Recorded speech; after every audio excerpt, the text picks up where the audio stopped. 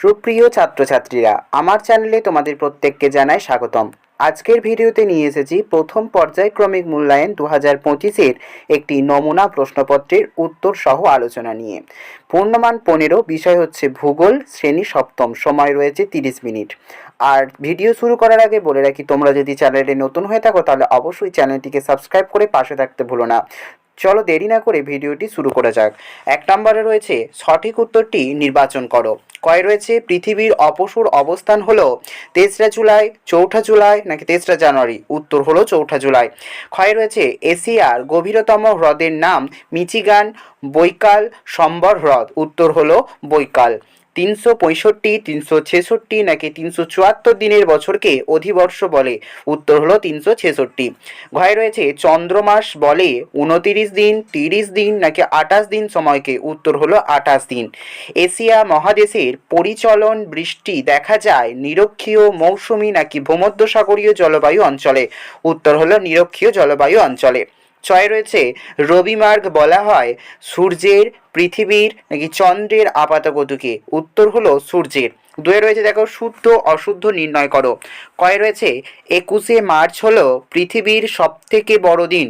উত্তর হলো অশুদ্ধ, কারণ 21শে জুন হবে এটি। তারপরে দেখো ক্ষয় রয়েছে পৃথিবীর কক্ষতলের সঙ্গে 90 ডিগ্রি কোণে অবস্থিত? উত্তর হলো অশুদ্ধ, এটি 66.12 ডিগ্রি কোণে অবস্থিত। তারপরে রয়েছে দেখো 22শে ডিসেম্বর মকর সংক্রান্তি বলে? এটি শুদ্ধ। সিন্ধু নদী আরব সাগরে পড়েছে? এটিও শুদ্ধ।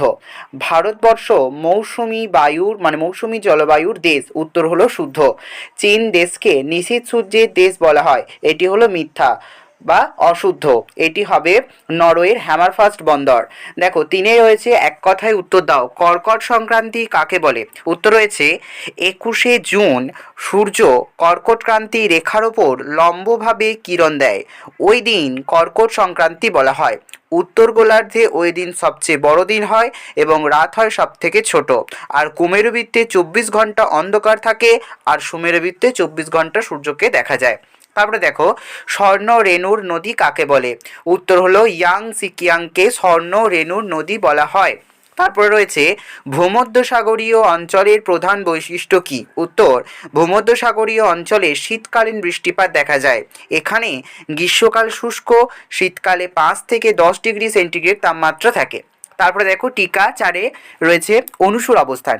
4ঠা জুলাই পৃথিবী থেকে সূর্যের দূরত্ব হয় সবচেয়ে বেশি, প্রায় 15 কোটি কিমি, ওই দিন পৃথিবীর অপসূর অবস্থান বলা হচ্ছে।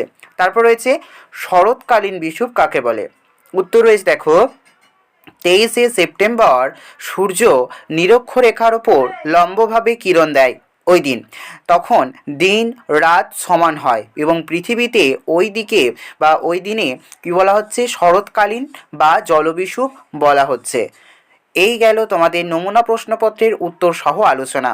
তোমরা যদি ভিডিওটি দেখে উপকৃত হও তাহলে অবশ্যই ভিডিওটি একটা লাইক করে দেবে এবং কমেন্টে জানাবে কেমন কি লেগেছে এবং কোন কোন বিষয়ে তোমাদের ভিডিও প্রয়োজন আছে। আর চ্যানেলে নতুন হয়ে থাকলে অবশ্যই সাবস্ক্রাইব করো। ধন্যবাদ।